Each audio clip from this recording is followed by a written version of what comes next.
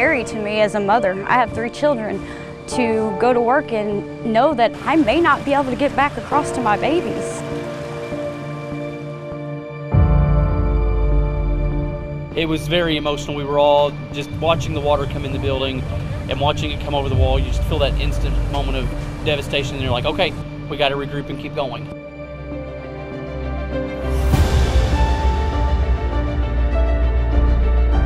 We started with plan A during the winter of what you're going to plant where, and I think we're probably on our 15th plan at least now. I'm just praying that God will keep his hands on everything and let all my stuff be all right. But whoever the bags are going to, I just want to let that person know that I care about them. And even though I don't know them, I love them.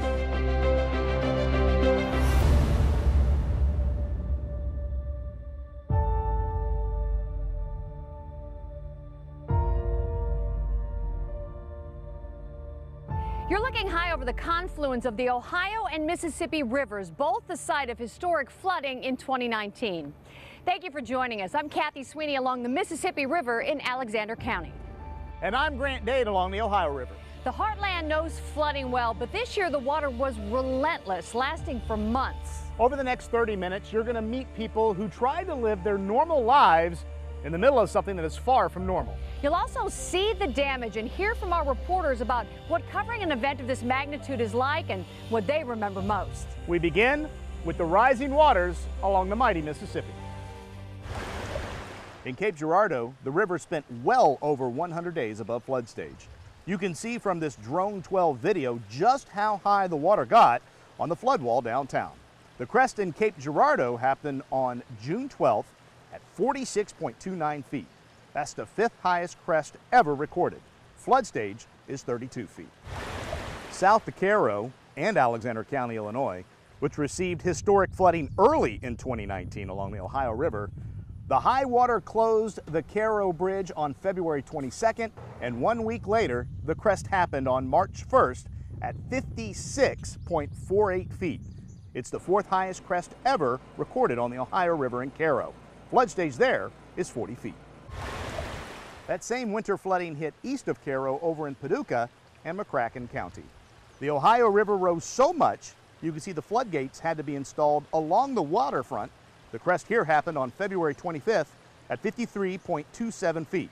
That's the 5th highest crest ever on the Ohio River in Paducah. Flood stage there is 39 feet. I am here in the place hardest hit by flooding this year, East Cape Girardeau, Illinois. We came over the Bill Emerson Bridge, and like these trucks you see, we very carefully drove through more than a foot of water in places. I can tell you, after covering flooding in this area for 30 years, I have never seen anything like this. Now, here in East Cape, they have dealt with it all. Evacuations, road closures, near constant sandbagging. At one point, this tiny town welcomed 150 Guard members and all their help. Boy, that energy boosted spirits. Leaders here in East Cape say they were overwhelmed by how residents came out to help and support each other. I thought, well, we'll call and a few people will say yes and a few people will say no, and nobody said no.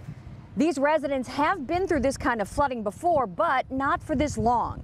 Some say it comes with the territory.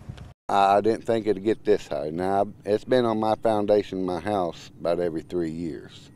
Water get up, but it ain't never got up this high. And this time it caught me by surprise. The nearby communities of McClure and Olive Branch also battling rising water since March. This is as close as we can get you to the intersection of Route 146 and Route 3 way down that way. Nobody is driving through all this water except the National Guard units you see right here. This is why the Bill Emerson Bridge is closed. This is why so many people are going an hour plus out of their way, because they cannot get through all this water. And you can see just how high all this water is. All this is seep water. You may be asking yourself, hey, the Mississippi River has been much higher than this before. Why is it never flooded like this? Well, the Mississippi River hasn't been this high for this long. Grant, the closure of these 2 roads impacts thousands of people in the Heartland. For those trying to get back and forth from Illinois to Cape, the drive went from 30 or 40 minutes to an hour and a half, even 2 hours. It's just bad. I'm ready to get back to normal, but it's just one of those things, you have to deal with it. The high water on the Mississippi River also closed the Chester Bridge on June 2nd. You can see how high the water got in this Drone 12 video. The major traffic mess along Route 3 and 146 was eased just a little when the Chester Bridge reopened on June 22nd. And back on February 22nd, the Murrow Bridge, which connects Illinois and Kentucky, closed due to the Ohio River flooding. It reopened on March 11th. A closer look now at how this historic Heartland flooding unfolded. The calendar barely rolled over to 2019 when the Ohio River started to rise. On February 11th, the Ohio at Paducah went above flood stage and kept going. The floodgates were installed along the Paducah waterfront. Across the river, officials at Harrah's Casino in Metropolis hoped they wouldn't have to close. Our main goal is to keep this place open, to keep it going, because when it is shut down, unfortunately, it does impact the economy, the local economy. But as the water inched closer, Harrah's was forced to shut down on February 18th. Flooding got the attention of new Illinois Governor J.B. Pritzker, who came to tour the damage on February 26th. You should all know that we're going to be back whenever anything happens to this community that we can be helpful with. That's what the state of Illinois is here to do, to back you up and to stand up for you. Harrah's reopened its casino on March 19th, but it took more time for the hotel to get back in business. The Ohio River finally went back below flood stage in Paducah on March 24th. Ironically, as the Ohio River started going down back in March, the Mississippi began its historic rise. I'm here at the famous floodgate in downtown Cape Girardeau. It closed back on March 14th after the river went above flood stage. And the next day, on March 15th, the Broadway floodgates also closed. Between mid-March and the beginning of May, the Mississippi River rose steadily. It impacted the Boot Heel first, as you can see from this Drone 12 video in New Madrid County on March 21st. I'm afraid it's going to get worse before it gets better, but it's nothing out of the ordinary for us. That's Sheriff Terry Stevens talking about the reality of living in this area. By the end of May, the Mississippi River had been above flood stage for more than 2 months.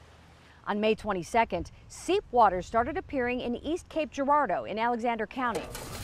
Volunteers from Shawnee High School filled sandbags, trying to keep the water from getting into homes and over roads. The flood fight was on. We know that if we need help in like Ware or Grand Tower, they're going to come up and help us. So we're going to come down here and help them. The seep water continued to creep up on roads and homes in East Cape, and on June 10th, evacuations began. I'm just praying that God will keep his hands on everything and let all my stuff be all right.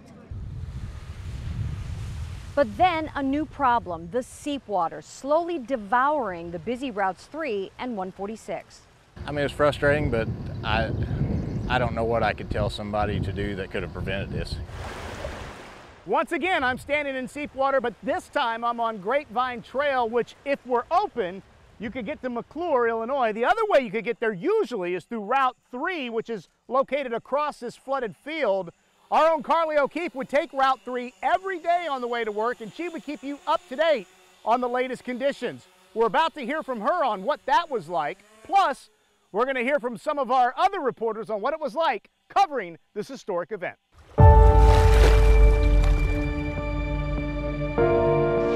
Having covered so many floods during my tenure here at KFVS, I really didn't think that Route 3 would go under. I definitely didn't think that Route 146 would go under.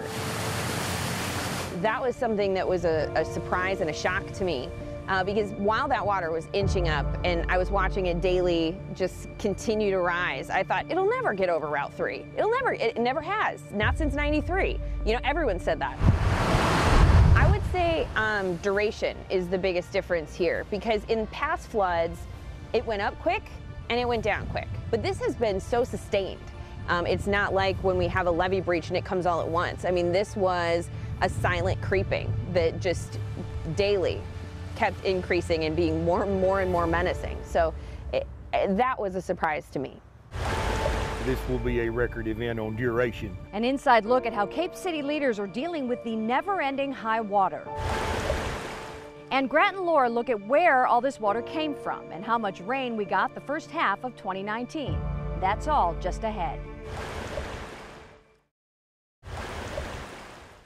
The Mississippi River here and the Ohio have both been high this year, the Mississippi for a long time. In fact, Cape Girardeau, Paducah, and Cairo have all seen top 5 historic record crests this year. But why? Where did all this water come from? This all started in the winter with 2 significant blizzards across the Midwest and the Upper Plains that deposited an amazing amount of snow across Nebraska and the Dakotas, Minnesota, and Iowa. Then the stage was set in spring for a stormy, wet spring to fall on top of all that snow. So when areas in Nebraska, South Dakota, Iowa would receive 4 inches of rain over a couple of days, they were in fact receiving closer to 8 inches of rain, and that sent all that melted snow and water to the Heartland. And all that water sent 6 barges through a levee breach in Alexander County. It happened on July 3rd. The barges were on the still flooded Mississippi River when they broke loose and were carried through a breach in the Lensmall levee. It still has a hole in it from the 2016 flooding. You're watching Flood 2019, High Water in the Heartland on KFVS 12, sponsored by the Jewel Law Firm. All the other ones we bounced back up from, but this flood this time has destroyed 48 years of my life. It's a mess, and it ain't never gonna be the same. That's McClure resident Bobby Long talking about how hard the flooding's been on him and his family. Now, when a natural disaster like this one happens, we at KFVS tell the story best by talking to you. Nathan Elgren, who reports for Heartland News at 10, shares stories from those of you who open your homes and your hearts. In Mississippi County, we're talking in the millions of dollars. I spoke to farmers like Glenn Alt who rely on roads and levees that are crumbling under the pressure of floodwaters. We have a highway VV in Mississippi County that there's a 20-foot hole in the road. It took the blacktop out, put it out in the field. We actually had a levee, had about a 15 to 20-foot top on it, and it looked like it cracked right down the middle and slid one side of it. In towns like Caruthersville, it caused sewer issues and sinkholes, making homeowners uneasy. I'm disabled, I'm in a wheelchair. It's kind of scary to me because if I would fall in one of these sinkholes, my van wouldn't operate, I couldn't get out, I'm just there. In some cases, these flooded roads were a matter of life and death. I spoke to a mother who barely survived a heart attack after taking a boat, an ambulance, and a helicopter just to get to the hospital. It was terrifying. The thought of having to let my kids sit there and watch me die, if that was it. I didn't want that, but that could have happened because of all the rerouting. Those same road closures forced medical staff to spend the night at hospitals. One nurse tells me it's a worthy sacrifice to save lives. Nathan Elgren, Heartland News.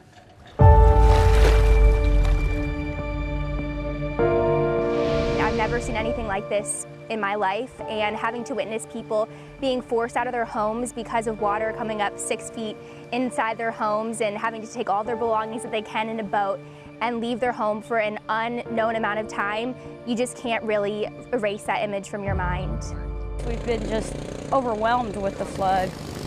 I've spent several weeks in East Cape Girardeau, Illinois, and I've witnessed the people sandbagging day in and day out to save their homes because the water is so close to their homes and in their homes. I was talking with a woman and she told me that she just doesn't know how much longer she can fight. And she wakes up every single morning thinking about having to save her home and goes to bed thinking the exact same thing, so she just can't escape it at this point. And having to see them live this and not even be able to escape it is really just hard to see. On June 21st, severe weather across the Heartland added insult to injury for those already dealing with so much here in East Cape. Leaders issued a voluntary evacuation order after strong winds pushed water over the sandbag wall and onto the street. Some 7 inches of water got into the town's community building.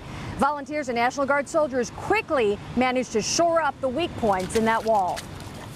The Mississippi River is the second longest river in North America and is crucial to the economy of the upper Midwest. Heavy rainfall there and back here in the Heartland greatly impacts those river levels. And with all the flooding we've had here in the Heartland, it's no surprise we're well above average for this time of the year with our rainfall.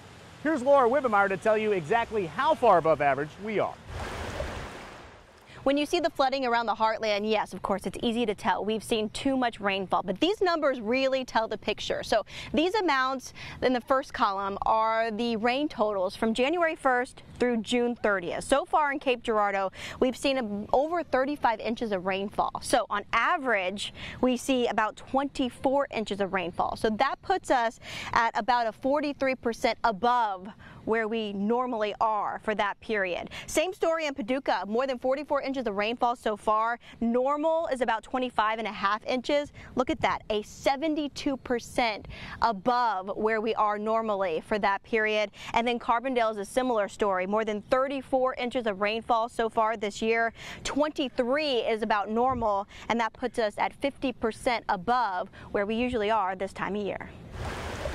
The floodgate here on Broadway in Cape Girardeau has been closed since mid-March. When the Mississippi River gets this high, public work officials have to constantly monitor the water level, the wall, and pumps, and sometimes have to place sandbags down by these floodgates.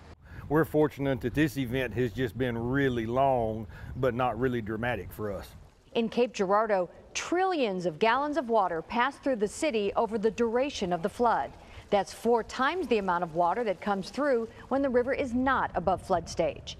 Public Works Director Stan Polovic says manning the pump stations 24 hours a day is a tall order.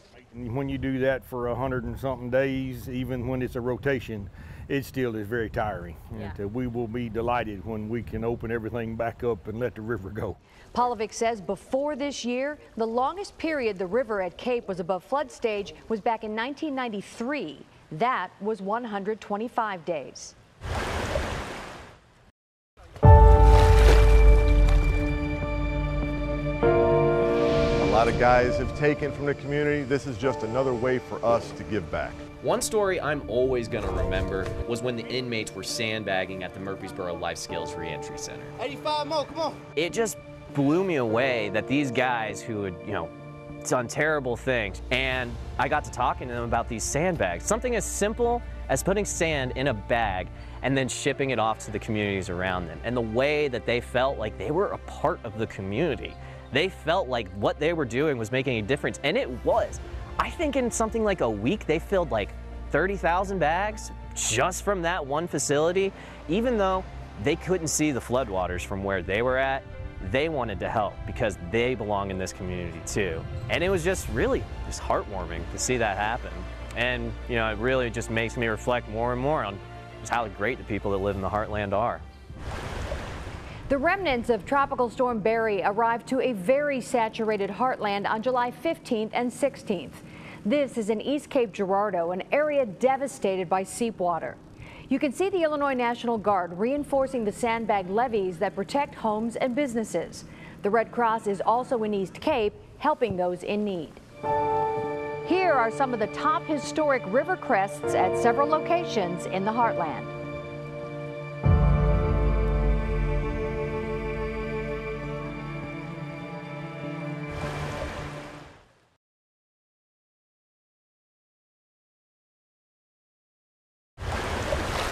The floodwaters brought out some interesting sights. Check out these Asian carp going crazy near a pump on the Clear Creek Levee in Alexander County.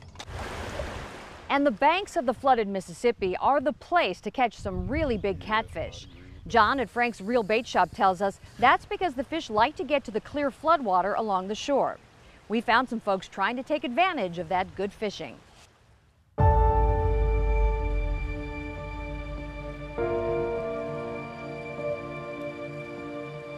2019 has been a tough year for those affected by the flooding, but one Grand Tower resident we met is hopeful for the future.